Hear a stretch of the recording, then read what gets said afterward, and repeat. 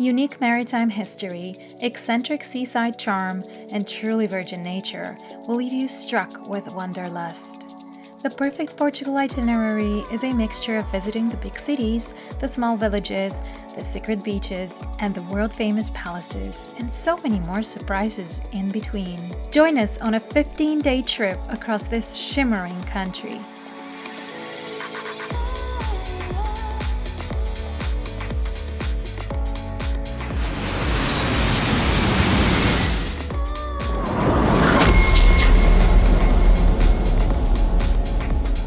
This northern Portuguese city is full of delights, and it comes with all the history, vibrance, and allure that make it a proper lovely place to spend a long weekend. One of the top things to see in Porto is undoubtedly Palácio da Bolsa.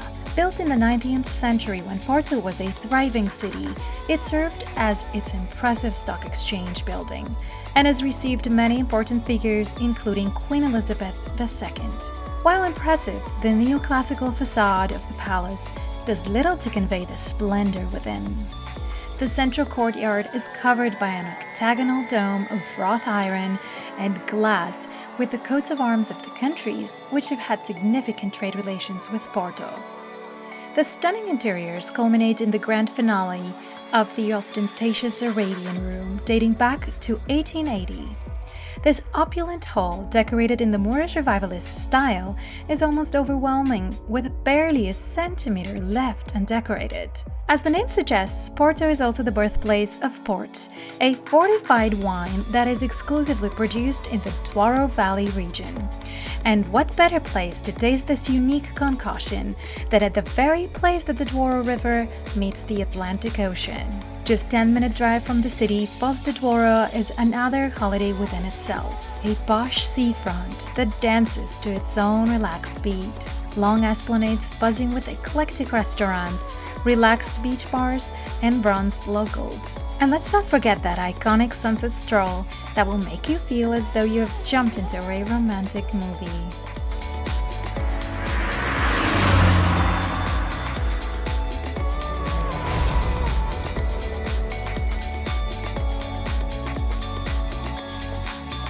In the small seaside village of Miramar sits a tiny chapel perched on top of a rock known as Capela do Senhor da Pedra, as though floating in the ocean itself, and surrounded by the rocky coast, it makes for a phenomenal photograph. While the church itself dates back to 1686, the rock upon which it sits has been a place of worship for more than 2 millennia. Originally, the giant boulder jutting into the sea was the site of ancient pagan worship where rituals were once performed. Despite the conversion of the site by the Christian faith, secret ceremonies relating to pagan worship still occur on the nights when the moon is full, and one can frequently find melted candles left by neo-pagan worshippers on the rocks and sand on the side of the chapel.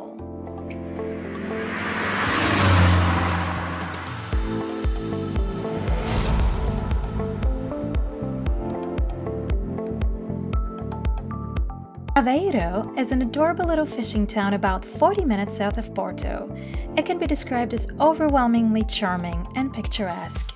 It is a very walkable city, and one could easily cover the whole city center within an hour or two. Aveiro is divided by scenic waterways where colorful gondola-style boats known as moliceiros pass through.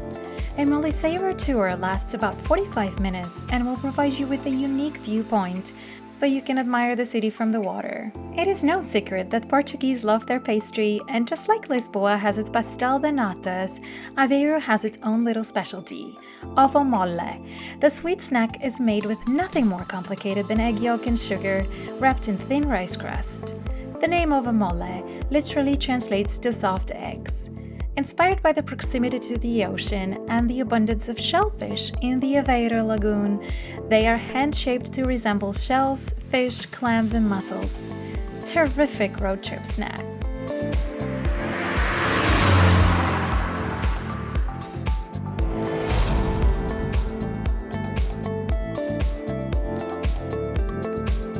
Peniche is a fishing port with many feathers in its cap and absorbing maritime defense history.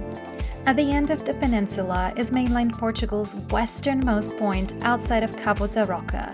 This majestic cape commands grand ocean views, and it is probably extraordinary at sunset time. In any case, it makes for an amazing viewpoint stop along the way. It was always a shipwrecked black spot, and the lighthouse that has been there since 1790 continues to warn sea traffic, and it has a signal that can be seen 15 nautical miles away. Unfortunately, our itinerary did not allow us time for the truly unique Berlengas archipelago, but judging by the pictures, it is a must. It is a natural reserve with a colony of puffins and rich marine and bird life. But the sight to behold is certainly the old military fortress perched into the ocean and connected by a snaking narrow causeway. Surprisingly, you can book a stay in the fort, which is described as bare-bones hostel, with a major lack of modern life.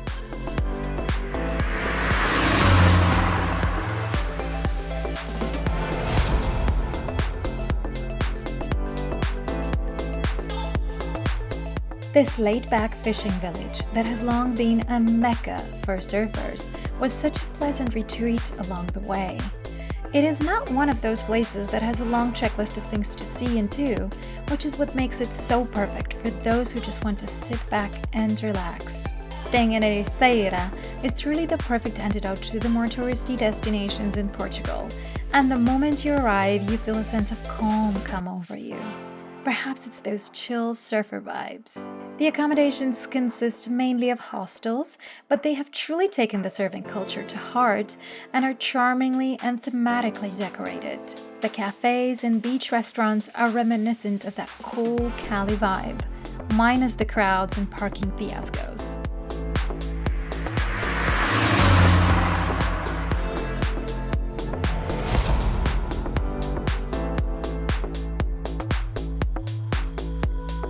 Perched on the western fringes of Portugal and located at the base of the Sintra Mountains, it's one of the most magical places to explore. Hidden amidst the pine-covered hills are wondrous palaces and extravagant mansions. The Pena Palace is Romanticist castle and a national monument. It well-deservedly carries the UNESCO World Heritage and the Seven Wonders of Portugal plaques. The palace is a hedonistic mix of vividly painted terraces, decorative battlements, and mythological statues, all of which stand at stark contrast to the lush greens of the Parque de Pena surrounding it. A little disclaimer is that over-tourism has really taken over the place, and figuring out the parking situation, finding the right overloaded bus, and climbing up the hill is not an easy endeavor. We'll let these images help you into your decision of its worth. It's actually quite easy to partner Sintra with a visit to Cascais. Once home to the rich, royal, and famous, this opulent coastal resort is something of a Monte Carlo of Portugal, and a stunning town to experience. Once here, enjoy a walk across the marina with views of the royal holiday homes, and head over to the central area to gorge on all the fresh seafood.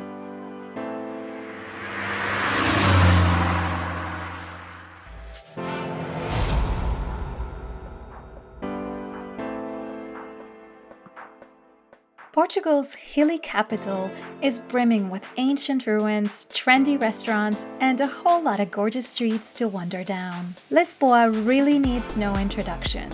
The city of trams and hills is one of the trendiest places to visit right now, and for a good reason. Whether you like historical walking tours or chilling out at hipster bars and cafes, Lisboa has something for everyone. Alfama is definitely one of the prettiest neighborhoods in Lisboa, and it's the perfect place to go for a wander and find some beautiful views over the city. Soak up all the history of the Belém Quarter or sample the delicious pastel de natas in the Time Out Market. Enjoy the sounds of the soul-stirring fado music or simply greet the night at one of the many modern rooftop bars. So much to do and explore here that this little section can hardly do it justice. If you're interested in a more comprehensive journey into the city, check out our One Fine Day in Lisboa video.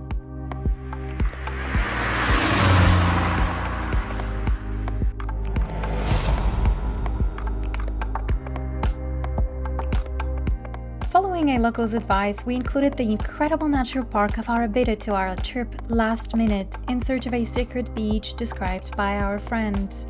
Just south of Lisboa, you will enter a virgin territory that is worlds away from the hustle and bustle of the big city. The beaches are spectacular, the hikes adventurous, the drives as scenic as they get, and the seafood, fresh on a whole other level.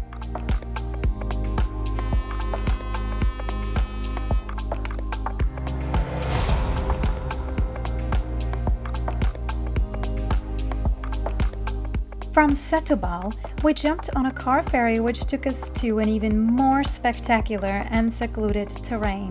Comporta is located at the base of the Troia Peninsula and on the tip of the Sadu Estuary Natural Reserve, a sanctuary of countless species of birds and several dozen dolphins amid marshes, sandbanks, rice paddies, and a vast area of woods and reed plantations. With over 25 kilometers of powdery white sand and unobstructed views for days, the Comporta region is Portugal's best kept secret, and for a reason.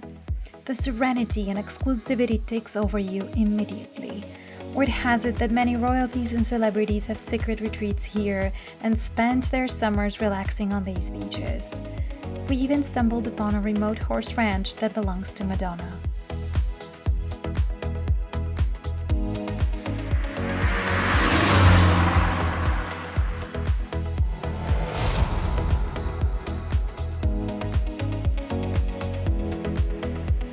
After a couple of blissful days around Comporta, we headed south to the infamous Algarve region, with a few great stops along the way, the first of which was a cute little seaside town of Vila Nova de Monfontes, which has an amazing river meets ocean beach, perfect for some laid-back kayaking. Going even further south, we had to pay visit to Cabo São Vicente, otherwise known as the Edge of Europe. This wind-blasted and storm-pounded headland was what was considered the end of the known world up to the 14th century. The jagged cliffs rise 60 meters from the ferocious seas, and high above guarding the busy shipping lines is one of Europe's brightest lighthouses. Staring into the distant open seas, one's inner explorer is definitely awakened.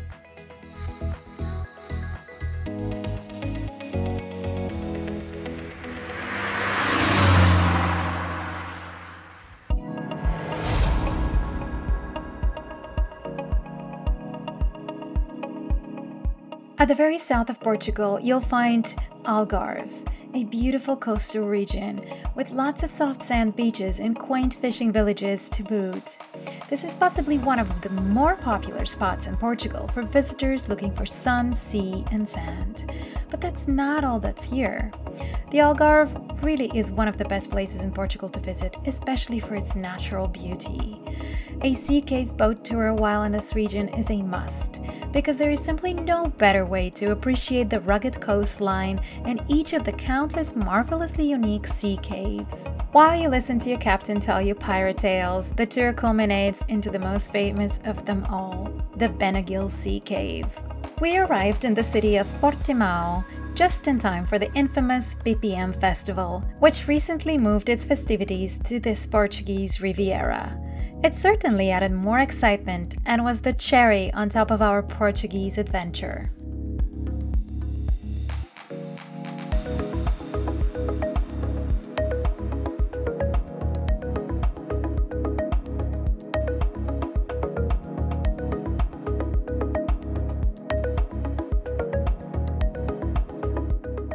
The fact that Portugal, a postcard-perfect Eden of colorful cities, whitewashed quaint villages, and rugged Atlantic coastline, remains a low-key destination might be one of the great mysteries of modern European travel.